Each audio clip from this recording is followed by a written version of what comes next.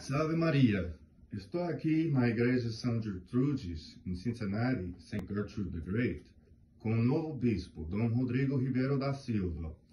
Gostaria de aproveitar com esse tempo fazendo algumas perguntas pertinentes ao Senhor e ao seu apostolado no Brasil e à tradição em geral.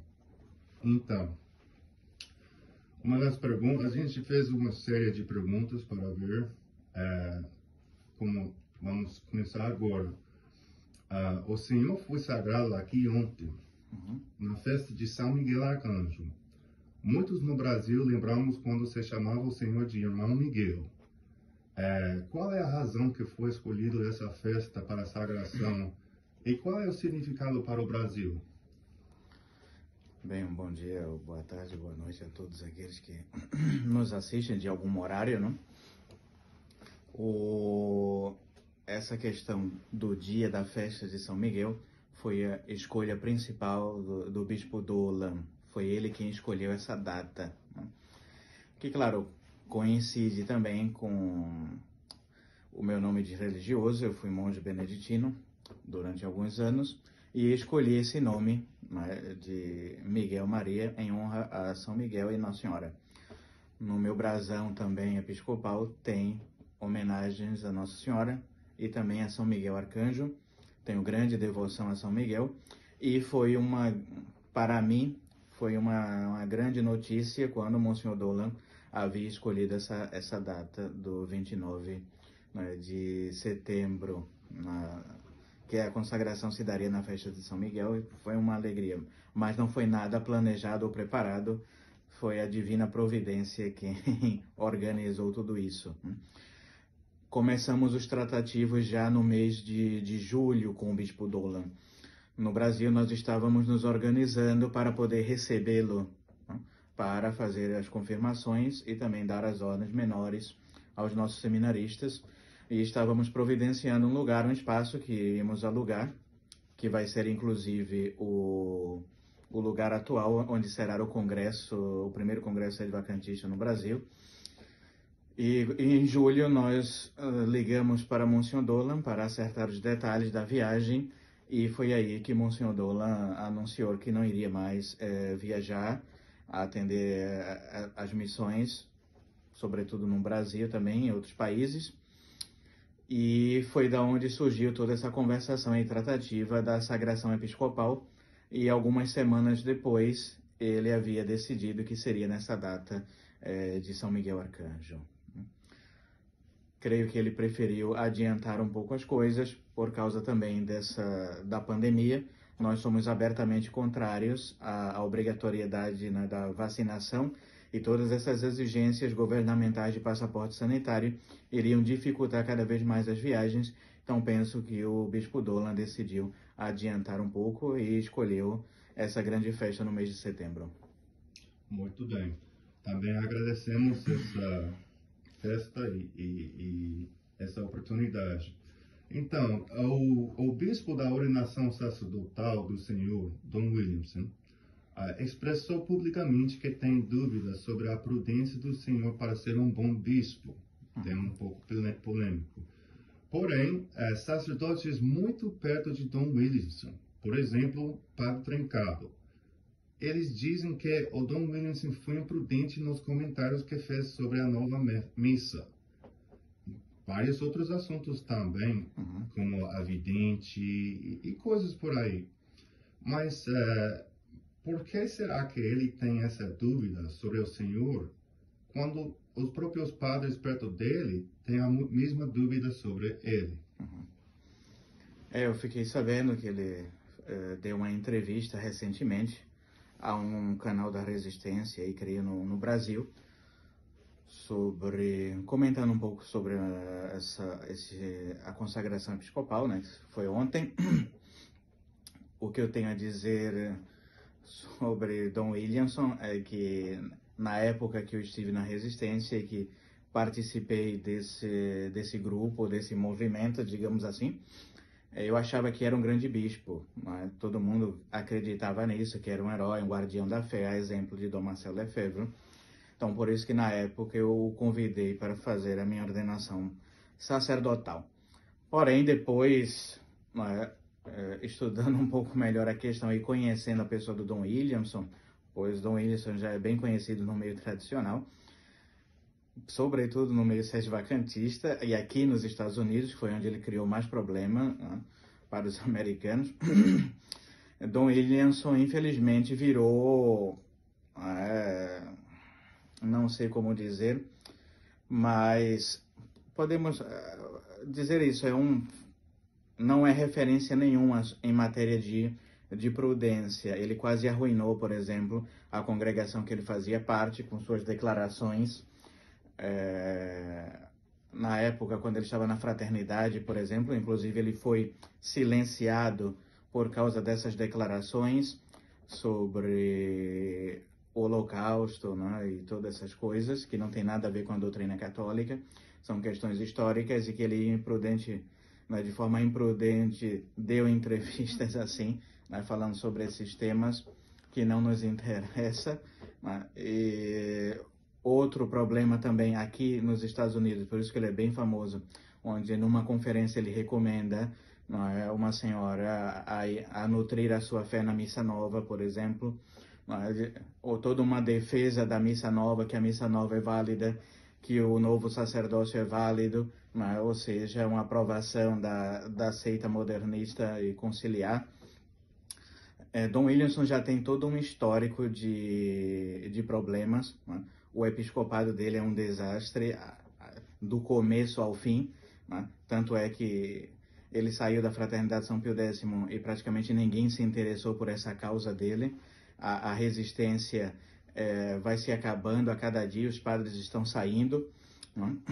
Só tem ele ainda, para completar, consagrou bispos velhos, já com uma certa idade, que também vão falecer e não vão deixar nenhum legado. Então, o histórico dele é um histórico bem complicado.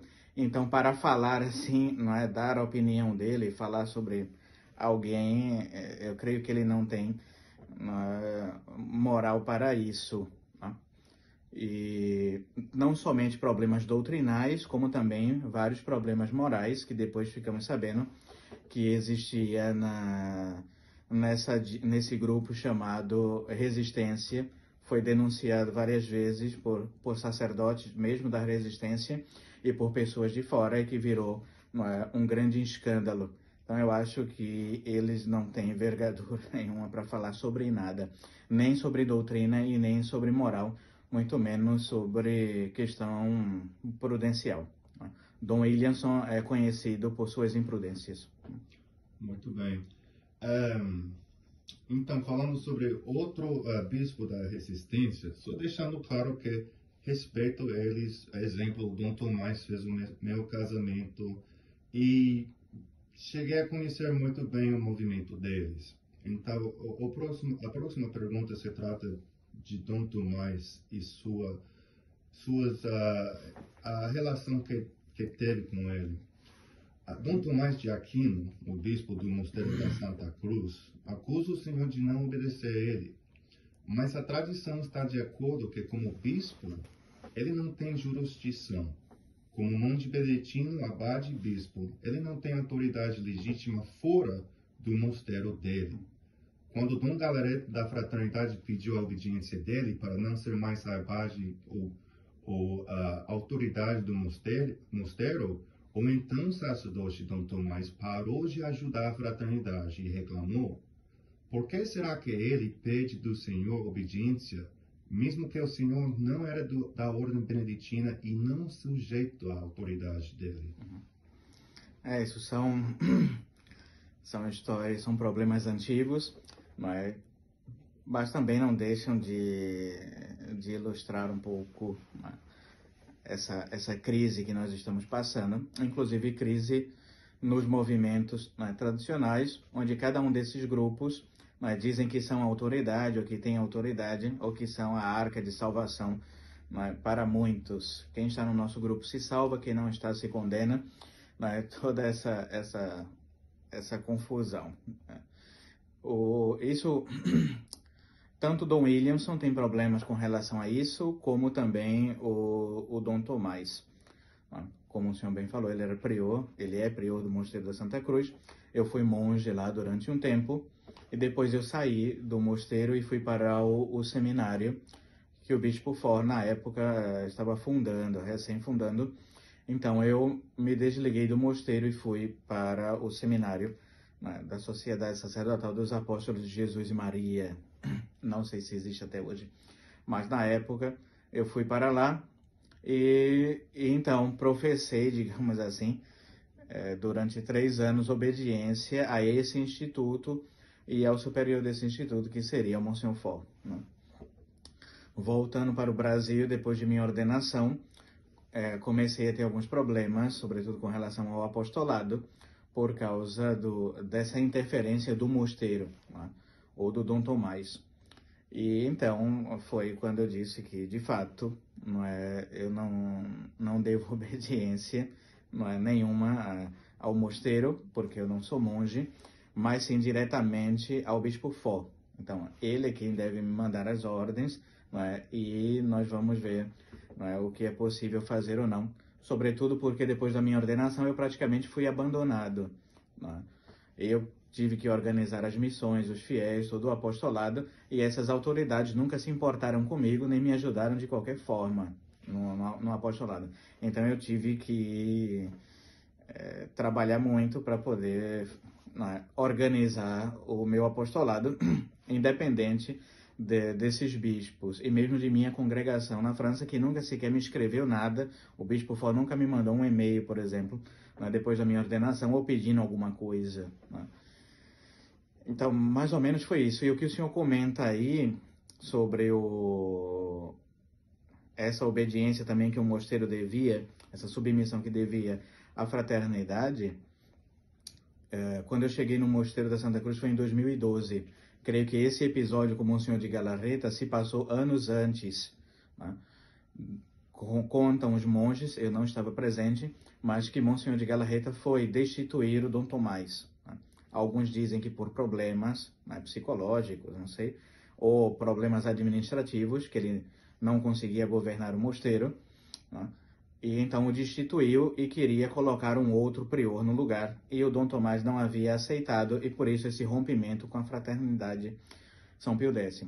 Então por isso que eu digo que a resistência é toda uma fachada e toda uma enganação, para enganar os incautos, os fiéis que não conhecem dessas tramas, Então, praticamente não houve nada de resistência porque as pessoas são contra um acordo da fraternidade.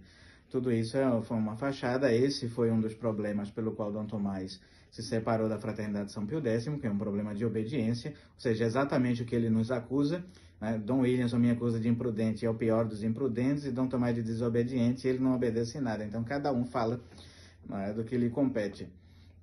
E Dom Williamson, quando ele chegou no mosteiro, ele deu uma conferência para nós, em 2012, 2013, mais ou menos, onde ele disse que depois dessas conferências escandalosas que ele deu, inclusive sobre esse tema do Holocausto, inexistência de câmaras de gás na Segunda Guerra, ele foi mais ou menos silenciado pela fraternidade e pelo superior geral. E ele também escrevia um comentário semanal chamado Kyrie Eleison, alguma coisa assim, Comentários Eleison. E Dom Felé também, que era o superior geral, o havia silenciado por isso. Ele não deveria escrever mais nada, nem dizer nada, porque ele era um desastre total e estava acabando com a imagem da Fraternidade São Pio X. Então, praticamente, Dom Williamson foi exilado em Londres e vivia lá num apartamento e não podia fazer nada, nem sequer apostolado. Isso foi o próprio Dom Williamson que falou. E então, foi aí onde ele decide romper com a fraternidade, porque ele falou que era um bispo igual aos outros, e que ele também tinha direito de se expressar, ou de ter um apostolado, ou de fazer o que ele quisesse, digamos assim, porque ele era bispo, e rompe, então, com a fraternidade, por desobediência também. Ele foi sem autorização do superior geral para o Brasil, para visitar o mosteiro, na época eu estava lá já, e foi sancionado por isso, foi expulso por causa dessa visita sem autorização ao mosteiro e ao Dom Tomás, que já tinha problemas também com a fraternidade na época. Então todos eles saíram por esses motivos e depois saíram alegando que era por causa de acordo, mas todo mundo sabe que não é verdade. Tanto Dom Tomás como Dom Williamson já foram favoráveis, por exemplo, não é, a um acordo e uma regularização canônica. Não é? O Dom Williamson falou que pega um avião e vai direto, né, falar com Bergoglio se ele aprovar essa comunidade que ele havia criado, tudo isso. O Dom Tomás também, creio, que havia apoiado a fraternidade em um tempo na questão da regularização dos acordos, inclusive por carta a Dom Felé. Então, tudo isso é muita história e, né, tem muita mentira por trás de tudo isso. Né? Nós que estamos nos bastidores conhecemos esses detalhes, mas infelizmente as pessoas que são fora se deixam enganar, né, por esses homens. Muito bem. A próxima pergunta tem um pouco se trata com isso que falo sobre os padres juntando a resistência, ou saindo da fraternidade. Existe uma situação difícil de padres saindo da fraternidade São Pio X e juntando-se à resistência, porque muitas vezes estamos aprendendo que esses padres saem por outros problemas, que não necessariamente se trata do acordo, às vezes morais e graves.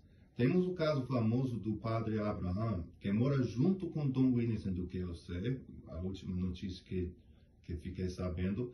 Isso criou um escândalo na Europa. E aqui nos Estados Unidos existe o caso de padre Marshall Roberts. Este padre foi denunciado num livro chamado Rito de Sodomia, muito antes da concepção da resistência.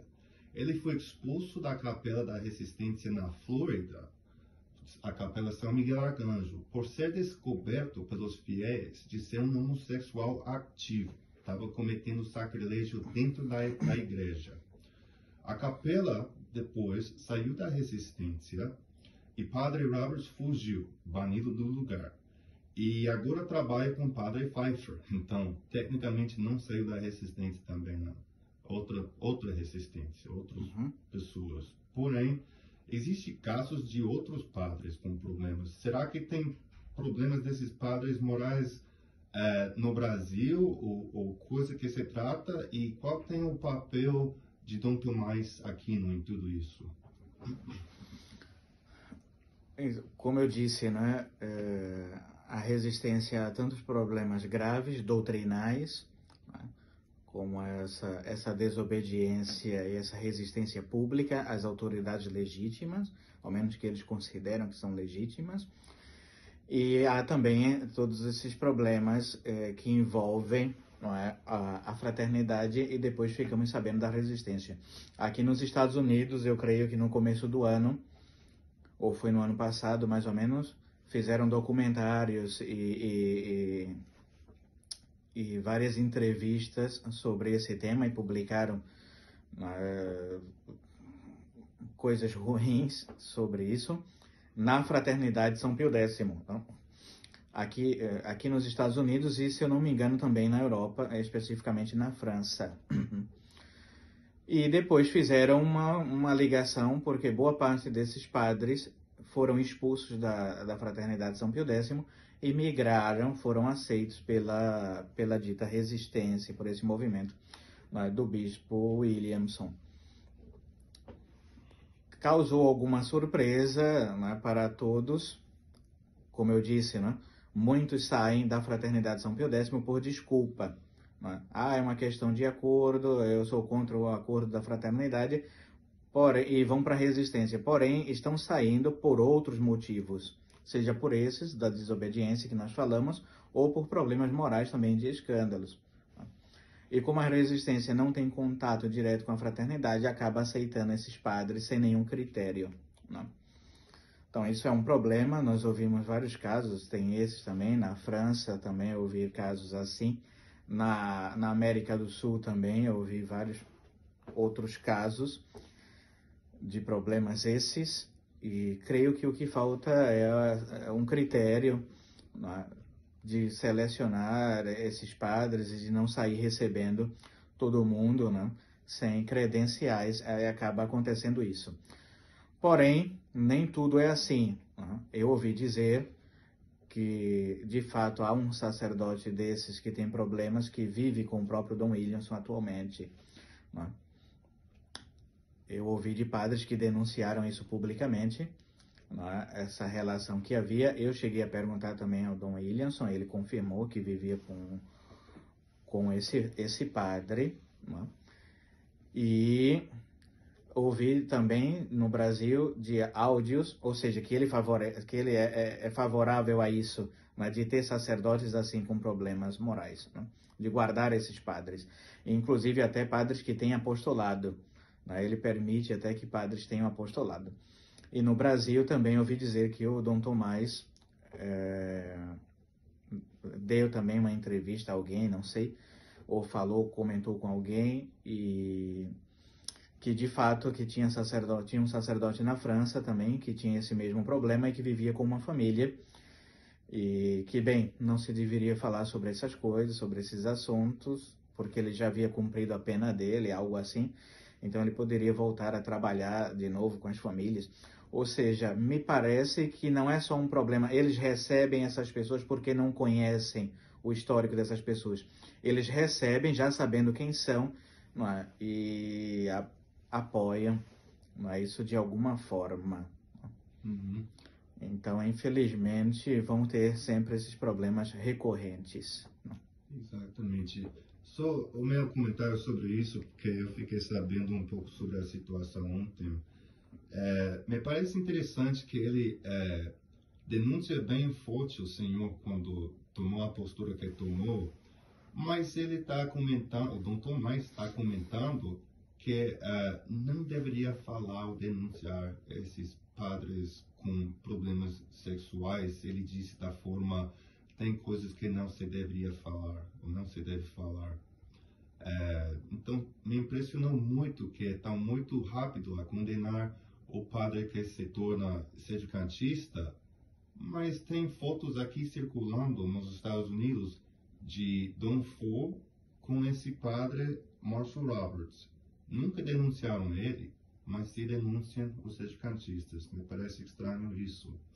Porém, mais nesses temas de ordenações, pode explicar para nós a necessidade dos sacerdotes serem ordenados sob condição, se vem do novo sordo, e por que tem padres que dizem ser da tradição no Brasil, mas com ordenação duvidosa no rito ao doutorado e trabalhando junto com a resistência? Isso é um problema de teologia que tem, não é, a fraternidade e a resistência em aceitar a validade das novas ordenações e mesmo do novo rito. Né? Dom Williamson é bem favorável a isso, né? Tanto é que ele chega a dizer que existem até milagres na missa modernista, né? E aceitam também a validade dos ritos novos. Creio que inclusive os dominicanos de Évrier escreveram até um livretinho falando sobre essa validade. Na época o padre Checada também escreveu contra eles. Porém, essa ideia é recorrente, que a missa nova é válida e que os padres novos ordos são válidos. Nós somos contrários a isso, por isso que nós ordenamos, se vem algum padre do modernismo, deve passar pelos nossos seminários e depois de anos de formação podem, né, ser ordenados validamente ou não. Na resistência e na fraternidade não é assim, as pessoas saem do modernismo e eles reordenam. Alguns casos dizem que isso era feito no começo, mas depois da morte, sobretudo, de Dom Lefebvre, e essa aproximação com os modernistas, eles acabaram aceitando tudo como válido. Bem, da nossa parte, nós não podemos aceitar isso, nós insistimos que a missa nova é inválida e herética, juntamente com a sua falsa hierarquia Novus Ordo. Para nós não tem nenhum valor e efeito o que essas pessoas fazem, e recomendamos, não é, à fraternidade e à resistência que tomem uma postura mais firme com relação ao modernismo. Foi por isso que eu saí, não é, desses grupos ditos tradicionalistas, por causa disso, porque falta teologia, tem esse outro problema também, um aspecto moral, e essa força, esse combate ao modernismo. Parece que eles já aceitaram o modernismo e creem que a salvação virá do modernismo, né, desses padres novos ordo, e acabam se misturando. No Brasil tem casos assim, no priorado em São Paulo tem um padre novo sordo que reza a missa lá e que não foi ordenado. Então muitos não vão à sua missa ou ficaram escandalizados com esse tipo de postura. Há também o caso do, creio que do padre Jair, na Bahia, e também o do padre Fernando, em Goiás, que são padres que foram ordenados no segundo novo rito, na missa nova, inclusive rezaram missa nova durante alguns anos, e esses padres são tidos como da tradição, mas nunca receberam nenhuma formação nenhuma, nem sequer chegaram a ser ordenados no rito aprovado pela Santa Igreja. Então, esse trabalho com os modernistas também criou um grande empecilho para poder trabalhar com eles. Isso foi um problema também. As declarações escandalosas do Dom Williamson em favor da missa nova, que a missa nova pode dar, que a missa nova dará graça, inclusive até milagres, e que se pode frequentar de tempos em tempos a missa nova, isso foi um escândalo, né? Nós temos inclusive um juramento antes de ser ordenado na fraternidade, também na resistência. Nós prometemos nunca recomendar ir na missa nova, né? E Dom Williamson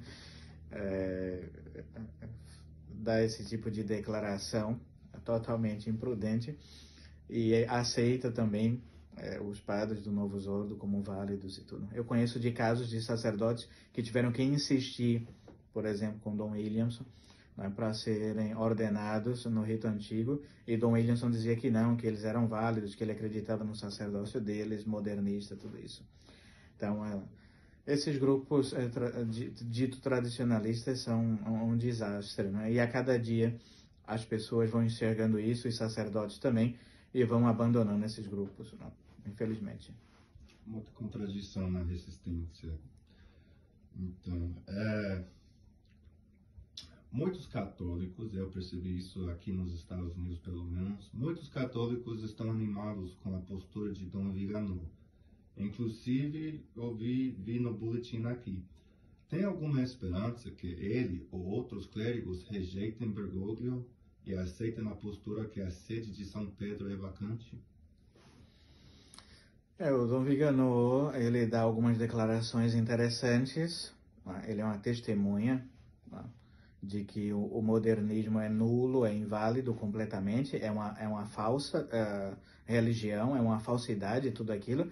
Ele mesmo diz que viveu nessa falsidade durante toda a sua vida e dá esse testemunho, né? Que há alguma coisa de interessante em tudo isso. Rezamos para que muitos outros, né, falsos bispos, falsos padres saiam dessa igreja modernista, de fato se convertam. Nós rezamos sempre pela conversão dos hereges, né? Mas é o que nós podemos fazer, rezar pela conversão deles, mas creio que apoiar assim diretamente, como faz a Resistência ou a Fraternidade e alguns outros grupos, achando que ele é o novo Dom Marcel Lefebvre, o novo guardião da tradição, né? Eu penso que está um pouco longe disso. E ele teria de procurar mesmo uma reordenação válida e dar bons frutos, né? Porque até agora nós não vemos bons frutos desse homem, né? Ao contrário de Dom Lefebvre, por exemplo, que consagrou bispos, construiu seminários, fez alguma coisa. Não simplesmente ficou encerrado lá na casa dele, escrevendo artigos de internet, né? Interessante. Minha opinião é o mesmo. Então, esse último tema aqui, gostaria de falar sobre... Pois bem, é um rumor no Brasil. Na verdade, isso me veio desde um bispo da Resistência. Mas que dizem que o senhor está fazendo tipo um marketing, dizendo que os jovens no seu seminário podem beber cerveja. Ridículo. Conhecendo o Seminário São José, eu não vi nada disso. Na verdade, me parece uma história inventada por pessoas de baixa inteligência. Gostaria de falar a respeito... O senhor gostaria de falar a respeito da popularidade hoje em dia de caluniar padres. Os leigos fazem isso muito. E qual é o pensamento católico a respeito a isso? Nós quando abandonamos, quando saímos, não é, desses grupos, é claro que a única coisa que vai sobrar é a calúnia, a difamação, a detratação. Isso é comum. Você não faz parte do meu grupo, então eu lhe ataco, não é? Faço todo tipo de acusações. O Brasil já é conhecido por isso, não é? Esses grupos se destroem por eles mesmos, não é? E é o que nós podemos constatar. O nosso seminário já está há alguns anos, né? Graças a Deus. Temos esse trabalho nas redes com a divulgação da doutrina católica, traduzimos livros, ou seja, temos muito trabalho, graças a Deus, e acabamos sendo um pouco visualizados, né? E quem nos odeia, como a fraternidade, como o modernismo, não é? Ou esses outros falsos grupos, a única coisa que eles têm a fazer é nos atacar moralmente, né? Ou seja, acusar sempre daquilo que lhes compete, né? Quem é a fraternidade, a resistência para falar sobre qualquer coisa, né? Tanto doutrinal como moral, já que eles jazem aí nesse fosso, né? de problemas, porém vão tratar sempre disso, de calúnias, né? Eu aprendi isso muito no mosteiro. Os monges sempre fizeram cerveja, sempre fizeram licores, vinhos, tudo isso é próprio da vida monástica, né?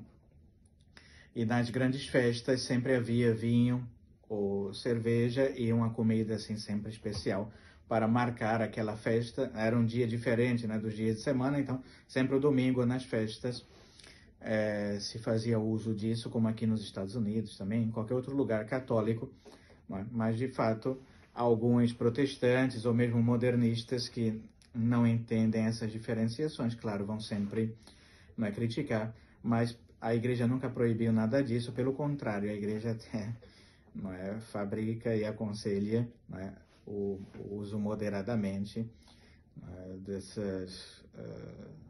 dessas coisas humanas, não é? Mas creio que não tenho nada mais a acrescentar isso. O que eu aprendi foi isso no mosteiro e eu transmito isso também até hoje, né, no seminário. Então, se algum deles me acusa disso, eu aprendi com eles, né?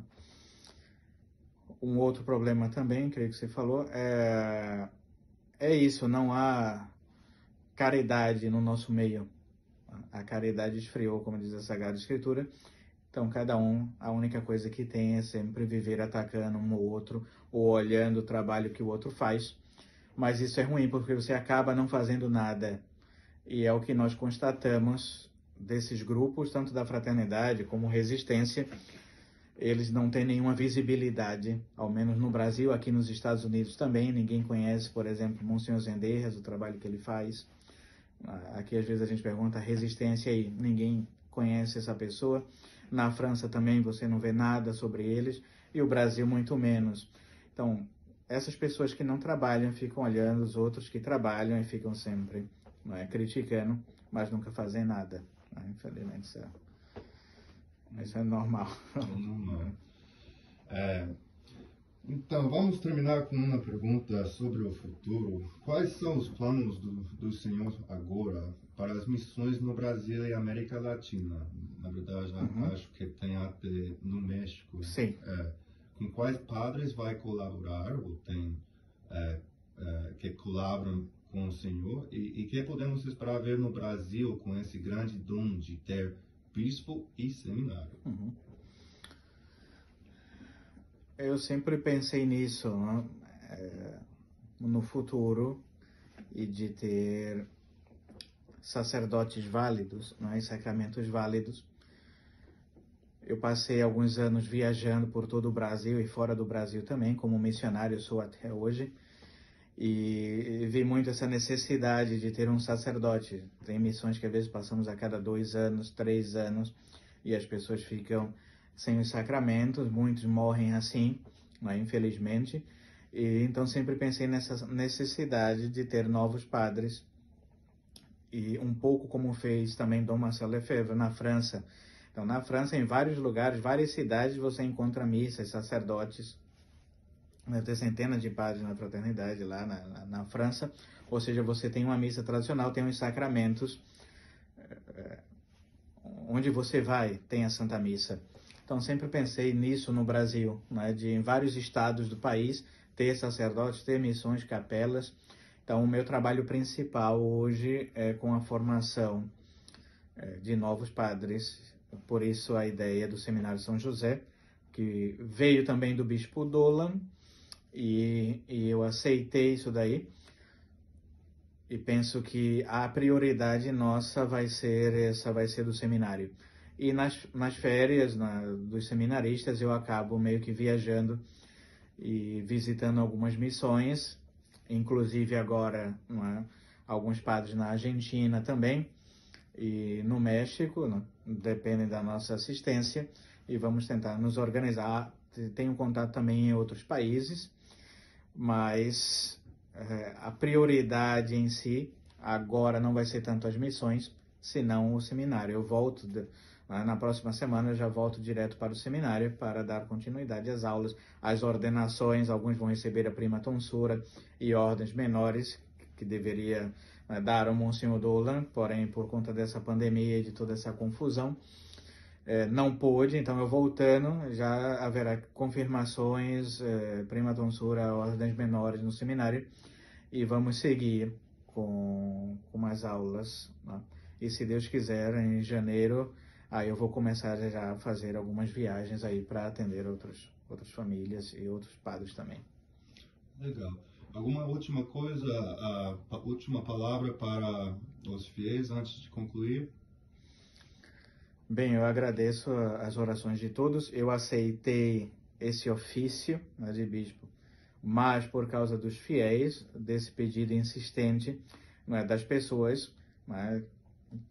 Alguns padres também me escreveram pedindo para que eu aceitasse, né, esse ofício, mas sobretudo as famílias católicas, não somente do Brasil, mas de outros países também, países vizinhos ali, né, e eu acabei meio que me inclinando a isso graças aos fiéis e à oração dos fiéis, né, e por causa dessa necessidade, né, dos fiéis de terem os sacramentos válidos. Então, apesar de ser jovem, creio que devo ser o bispo mais novo do mundo, né, tive que aceitar esse cargo, esse ofício, contando, né, com a ajuda de Deus, dos santos, e também dos fiéis, né, com a colaboração de todos. Então, eu gostaria de, desde já, dar o meu agradecimento a todos, agradeço as orações e envio também a minha benção. Benedictio Dei Onipotente, Patris et Filii et Spiritus Sancti, descendat super vos, et manet semper. Amém. Muito obrigado, Sua Excelência, e esperemos ver muitos bons frutos no futuro com todo o seu apostolado. Amém. Que Deus nos abençoe a todos. Amém.